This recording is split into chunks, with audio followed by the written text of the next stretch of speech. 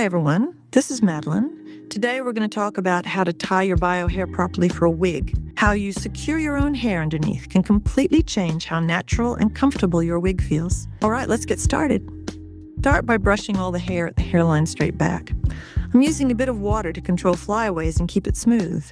I'm showing you an extreme example. This is Elisha with very thick, long hair. If this works for her, it works for most people.